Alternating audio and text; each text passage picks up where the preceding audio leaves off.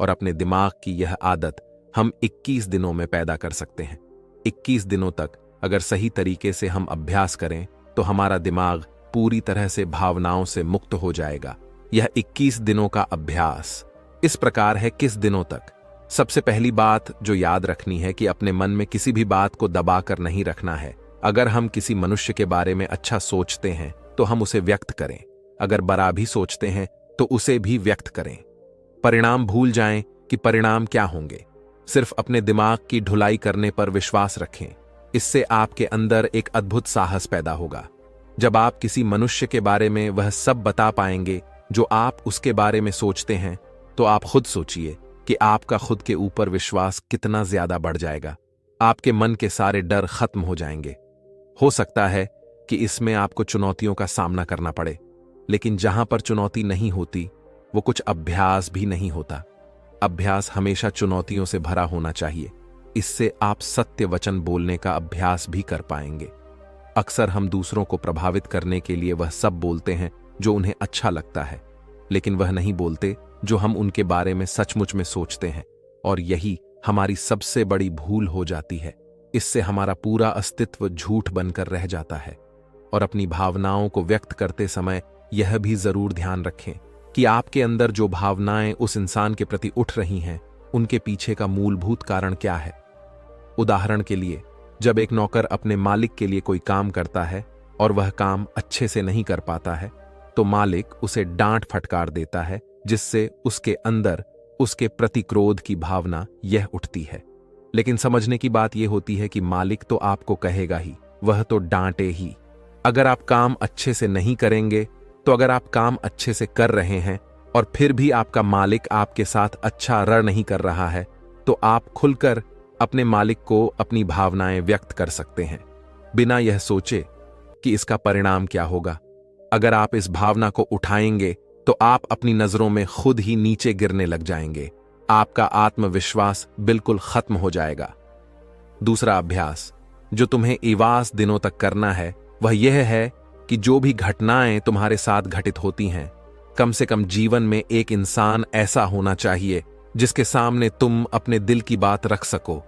चाहे अच्छी बात हो चाहे बुरी बात हो, वो सब बातें तुम बिना कुछ सोचे विचारे, बिना इस डर से कि वो इंसान तुम्हारे बारे में क्या सोचेगा, तुम उस इंसान को अपनी सारी बातें बता सको और वह इंसान तुम्हारी सारी बातें सुनने के बाद तुम्हारे लिए कोई छवि पैदा ना करें। ऐसे इंसान अपने जीवन में खोजो और उनके सामने अपनी सारी भावनाएं व्यक्त करने की कोशिश करो। दिन में जो कुछ भी घटित होता है, अच्छा लगता है, बुरा लगता है, किसी के प्रति आकर्षण होता है, उसको एक दोस्त की तरह बताने का प्रयास करो। इससे तुम्हें यह पता चल पाएगा कि तुम्हारा मन घटनाओं के प्रति किस प्रकार की भावनाएं पैदा करता है। तुम अपने मन को समझने में सक्षम हो पाओगे। जब तुम किसी दूसरे आदमी को यह सारी बातें बताते हो, तो तुम खुद भी अपनी प्रतिक्रिया रोके उस घटना के प्रति तुम्हारा क्या रवैया रहा है, उसके प्रति खुद का आकलन भी कर पाते हो। और तीसरा अभ्यास जो तुम्हारे मन को खाली रखेगा वह है योग निद्रा का अभ्यास। योग निद्रा किस प्रकार लेनी है, किस प्रकार उसका अभ्यास करना है, वह वीडियो इस वीडियो के खत्म होते ही चल जाएगी। जिन लोगों को वह सुनना है तो आप उसको सुन सकते हैं। यह चर्चा खत्म होते होते गुरु और शिष्य उस जंगल को पार करके अपने आश्रम में पहुंच चुके थे। तो दोस्तों, उम्मीद करता हूं आपको इस कहानी से एक अच्छी सीख मिली होगी।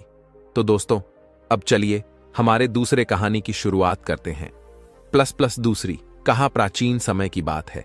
एक समुद्र के किनारे एक गुरु अपना आश्रम बनाकर रहता था। हजारों शिष्य उनसे ज्ञान ग्रहण करने के लिए दूर दूर से उनके पास आकर रहते थे। गुरु का ज्ञान देने का तरीका भी बड़ा ही अनूठा था। शुरुआत में वह अपने शिष्यों को उपदेशों के माध्यम से ज्ञान देते थे। उसके बाद वह अपने शिष्यों को उस ज्ञान का अनुसरण करने के लिए कहते थे, उस ज्ञान को अपने व्यावहारिक जीवन में उतारने को कहते थे। उसके एक बार उस आश्रम में एक सम्राट अपने बेटे को लेकर पहुंचा। उस सम्राट ने उस गुरु से प्रार्थना की कि आप मेरे बेटे को अपने आश्रम में रहने दें और अपने तरीके से उसे ज्ञान दें। से इस आश्रम में बिल्कुल भी ऐसा नहीं लगना चाहिए कि वह किसी सम्राट का बेटा है। उसे बिल्कुल साधारण शिष्यों की तरह ही ज्ञान देने की कृपा करें। गुरु ने मुस्कुराते हुए कहा कि सम्राट ज्ञान इसी तरीके से लिया जा सकता है। अगर तुम अपने आप को दूसरों से बड़ा समझोगे तो तुम ज्ञान ग्रहण नहीं कर पाओगे। अगर तुम्हें ज्ञान ग्रहण करना है तो तुम्हें दूसरों की तरह अपने आप को साधारण समझना होगा। यही ज्ञान ग्रहण करने की सबसे पहली सीढ़ी होती है। तुम निश्चिंत रहो, आज से तुम्हारे बेटे की जिम्मेदारी मेरे कंधों पर रही। यह कहकर गुरु सम्राट के बेटे को अपने साथ लेकर समुद्र के किनारे टहलने के लिए निकल गए। आश्रम के बाकी सभी बच्चे उस सम्राट को देख रहे थे। सम्राट अपने बेटे को अपने रथ पर बिठाकर लाया था, जिससे सभी बच्चे समझ गए थे कि यह लड़का सम्राट का बेटा है। इसी वजह से आश्रम के सभी बच्चे सम्राट के बेटे की तरह आकर्षित हो गए थे। जब गुरु सम्राट के बेटे को लेकर समुद्र पर ठलुक फूट कर रोने लगा, क्योंकि अभी वह सिर्फ 12 वर्ष का था और 12 वर्ष की आयु में उसके पिता उसे अपने से दूर छोड़कर चले गए थे। यह सदमा वह बच्चा सहन नहीं कर पा रहा था। वह नहीं समझ पा रहा था कि उसके पिता उसकी भलाई के लिए उसे उस गुरु के पास छोड़कर गए हैं। उसे रोते हुए देखकर गुरु ने कहा कि बेटा, मैं तुम्हें चुप नहीं करूंगा। हो सकता है कि आज मैं तुमरे आंसू पूछूं, लेकिन कल तुम फिर अपने आप को अकेला पाओगे। याद रखना, जीवन में इंसान अकेला आता है और अकेला ही जाता है। जितनी जल्दी जो इंसान इस बात को समझ लेता है, वह उतनी जल्दी आत्मज्ञान के रास्ते पर निकल पड़ता है। गुरु ने अपनी बात आगे बढ़ाते हुए कहा कि जो इंसान अकेला रहना सीख लेता है, वही खुद से प्यार कर पाता है, और जो खुद से प्यार करना जानता है, वह किसी के भी जाने का अफसोस नहीं करता, क्योंकि वह खुद से ही प्यार करता है। धीरे धीरे तुम आश्रम के माहौल में ढल जाओगे। शुरुआत में तुम्हें समस्या आ सकती है, लेकिन कुछ दिनों के बाद तुम इसे आत्मसात कर लोगे। उसके बाद तुम्हें यही जगह बहुत अच्छी लगने लगेंगी। ये जगह तुम्हें अपनी महल जैसी लगने लगेंगी। संध्या हो चली थी। समुद्र के दूसरे छोर पर सूरज छिपने लगा था और अपनी लालिमा पूरे आसमान में बिखेर रहा था। बड़ा ही सुंदर दृश्य था और गुरु शिष्य को अपने साथ लेकर आश्रम में वापस लौट आए। उस शिष्य को भी थोड़ी सांत्वना मिली, क्योंकि गुरु की आंखों में एक अभूतपूर्व शांति झलक रही थी, और जब हम किसी एकांतवासी गुरु की खो में वह शांति देख लेते हैं तो हमारे हृदय से भी सारा भार हट जाता है। मन एकदम निर्मल हो जाता है। जब सम्राट का बेटा रात्र का भोजन करने के लिए भोजन कक्ष में पहुंचा तो आसपास के सभी शिष्य उसके पास आने लगे। उन सभी को पता था कि यह सम्राट का बेटा है, और अगर हम इससे दोस्ती कर लेते हैं तो उससे हमारा बहुत फायदा होने वाला है। यही सोचकर आश्रम के ज्यादातर ने उसे घेर लिया था। बस कुछ बच्चे जो अकेले रहने का महत्व समझते थे, जो दिखावे में विश्वास नहीं करते थे, वह उस सम्राट के बेटे के पास जाने की बजाय अपना पूरा ध्यान खाने पर लगा रहे थे और एकांत में बैठकर अपना भोजन कर रहे थे। कुछ दिनों के बाद सम्राट के बेटे की आश्रम के ज्यादातर बच्चों के साथ दोस्ती हो गई। अब वह आश्रम में उन बच्चों के साथ घूमता, उन्हीं के साथ अपना ज्यादातर समय बिताता। आखिरकार सम्राट का बेटा था, सुख सुविधाओं में पला बढ़ा था। आसपास बहुत से दास औरत होते थे। आसपास अपने मित्रों से घिरे होना, वही दिनचर्या उसने इस आश्रम में भी अपना ली थी। ऐसा नहीं था कि गुरु को यह सब पता नहीं था, पर गुरु उसे अलग तरीके से ध्यान देना चाहते थे। बच्चों को ध्यान आप उपदेश देकर नहीं दे सकते, उन्हें साक्षात्कार कराना पड़ता है। उसके बाद उन्हें वह बात समझ आती है जो आप समझाना चाहते हैं। गुरु को यह बात पता थी कि अगर मैं इसे बोलकर बताऊंगा तो यह कभी समझ नहीं पाएगा।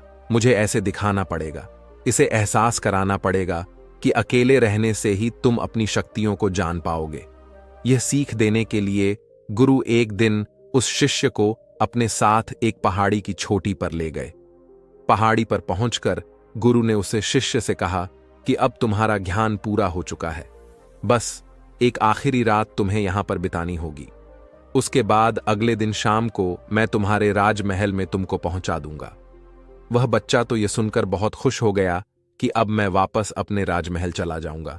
फिर से मेरे दास और दासियां, सारी भोग की वस्तु यह मेरे पास होंगी। उस शिष्य ने गुरु से पूछा कि गुरुजी, मुझे आज रात आप यहां पहाड़ी पर क्यों छोड़ रहे हैं? आखिर मुझे कौन सा आखिरी ज्ञान यहां से मिलेगा? गुरु ने मुस्कुराते हुए कहा कि यहां पर चट्टान के पीछे तुम्हें छिपकर बैठना होगा। यहां पर रोज रात को एक बाज जाता है, तुम्हें उस बाज को देखना है, बड़ी गौर से देखना है, हर गतिविधि देखनी है, और उस बाज को देखने के बाद गले दिन अगर तुम उस बाज की खूबियों मुझे बता पाए तो तो मैं तुम्हें तुम्हारे राजमहल वापस भिजवा दूंगा। और हां, सुबहने से पहले एक बात पर और ध्यान देना है। एक चरवाहा यहां पर अपनी भेड़ों को चराने के लिए आता है। तुम्हें उन भेड़ों की गतिविधियां भी देखनी है। याद रखना, बाज की गतिविधि रात को और भेड़ों की गतिविधि सुबह। तुम दोनों की गतिविधि ध्यान से देखकर मुझे बता पाए तो तुम इस आश्रम से हमेशा के लिए आजाद हो जाओगे। तुम्हारा ज्ञान पूरा हो जाएगा।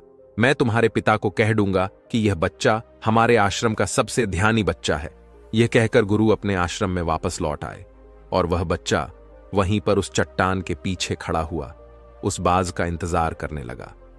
काफी वक्त बीत जाने के बाद वहां पर एक बाज अपने बच्चों के साथ पहुंचा। सम्राट के बेटे ने पूरी रात उस बाज की गतिविधि बड़े ही ध्यानपूर्वक देखी और सुबह होने के बाद जब चरवाहा वहां पर अपनी भेड़ों को लेकर पहुंचा तो उसने एक अभूतपूर्व दृश्य देखा। उसने दा कि वह बाज भेड़ की एक मेमने को अपने पंजों में दबाकर आसमान में उड़ गया। उसने उस भेड़ के बच्चे का शिकार कर लिया था। ये सारा दृश्य देखकर वो बच्चा आश्रम में वापस अपने गुरु के पास पहुंचा। इससे पहले कि गुरु उससे कुछ पूछते, उसने गुरु को प्रणाम करते हुए कहा कि गुरुदेव, आप आश्रम के सभी बच्चों को यहां पर बुला लीजिए। मैं सब लोगों को बताना चाहता हूं कि मैंने क्या देखा। जब आश्रम के सभी बच्चे वहां पर पहुंच गए तो उस सम्राट के बेटे ने कहना शुरू किया कि मैंने अपने जीवन में बहुत से पक्षियों को देखा है, लेकिन बाज उन सभी पक्षियों में से सबसे अदद और सबसे अलग होता है। उदाहरण के लिए, एक तोता हम सभी ने देखा है। तोता बोलता तो बेहद है, लेकिन कभी ऊंचा नहीं उड़ पाता। लेकिन एक बाज जो कि हर समय शांत रहता है, वह आकाश को भी छू सकता है। उसमें आकाश को भी छू लेने का सामर्थ्य होता है। जब भी एक बाज अपने शिकार को निश्चित कर लेता है तो वह उसी शिकार पर अपनी नजरें गड़ाए रहता है, चाहे वह कितनी भी ऊंचाई पर क्यों ना हो, चाहे कितना भी बड़ा तूफान क्यों ना आ जाए, लेकिन उसकी नजर हमेशा अपने लक्ष्य पर स्थिर रहती है। आज सुबह जिस बाज को मैंने देखा, उसने हर भेड़ को अपना शिकार नहीं बनाया, बल्कि उस भेड़ के झुंड में से उसने उस भेड़ के मेमने को अपना शिकार बनाया। उस बाज की तरह हमें भी अपना ध्यान अपने एक ही लक्ष्य पर स्थिर रखना चाहिए। चाहे कितनी भी अड़चन क्यों ना आए, हमें अपना लक्ष्य स्पष्ट दिखाई देना चाहिए। दशाविश अलग अलग लक्ष्यों में अपनी ऊर्जा बर्बाद करने की बजाय हमें किसी एक लक्ष्य पर पूरी एकाग्रता के साथ ध्यान देना चाहिए। तीसरी बात जो मैंने उस बात से सीखी और जो हम सभी को सीखनी चाहिए, वह यह है कि बाज कभी भी दूसरे पक्षी के साथ नहीं उड़ता। वह हमेशा आकाश में अकेला उड़ता है। इससे हमें यह सीख लेनी चाहिए कि हमें कभी भी छोटी सोच वाले लोगों के साथ नहीं रहना चाहिए। आखिरकार हम भी वही बन जाते हैं जिनके साथ हम रहते हैं। इसीलिए या तो बड़ी सोच वालों के साथ रहो या फिर अकेले रहो, क्योंकि जब हम अकेले रहते हैं तभी हम खुद की ताकत और खुद की कमजोरियों को जान पाते हैं। कमजोरियों को जानकर उनको दूर कर सकते हैं और अपनी ताकत को जानकर उसका सही इस्तेमाल कर सकते हैं। लेकिन वह तभी संभव होगा जब हम अकेले रहना सीखेंगे। चौथी सीख जो हमें एक बात से लेनी चाहिए कि एक बाज हमेशा अपनी सीमाओं से ऊपर उठकर उड़ता है। जब तूफान आता है तो हर एक पक्षी अपने घोंसले की तरफ भागता है, खुद को छुपाने की जगह ढूंढता है। लेकिन बाज ऐसा कुछ भी नहीं करता। वह खुद की सीमाओं को तोड़कर बादलों से भी ऊपर उड़ने का प्रयास करता है। हवा उसे थपेड़े मारती है, पंख उसके बाहरी हो जाते हैं, पानी और धूल की वजह से उसे कुछ दिखाई नहीं देता, लेकिन वह फिर भी आसमान की तरफ उड़ता रहता है और अंततः बादलों से भी ऊपर निकल जाता है और वहां तब तक उड़ता रहता है जब तक मौसम ठीक नहीं हो जाता। अपनी सीमाओं को सिर्फ इसलिए तोड़ पाता है क्योंकि वह समस्या के आने पर उससे घबराता नहीं है, उससे डर कर बचने का प्रयास नहीं करता, बल्कि एक सकारात्मक नजरिए के साथ उसका सामना करता है। जीवन में चाहे कितनी भी अड़चनें क्यों ना आए, हमें उन अड़चनों से लड़ना चाहिए, ना कि उनसे डर कर कहीं छुप कर बैठना चाहिए। बहादुर तो वह लोग होते हैं जो तूफानों से टकरा जाते हैं। कायर तो अपने घर में अपने घोंसले में अपनी जगह ढूंढकर बैठ जाते हैं। पांचवीं बात जो हम एक बात से सीखनी चाहिए कि बाज कभी भी अपने घोंसले में घास के कोमल तिनके नहीं रखता। जो तिनके एक कोमल होते जाते हैं वो उन्हें निकालकर फेंकता रहता है। उसी तरह चाहे कितनी भी आरामदायक जिंदगी आपको मिली हो, लेकिन उस आराम से ऊपर उठकर अपने आलस्य को तोड़कर जीवन में मेहनत करते रहना चाहिए।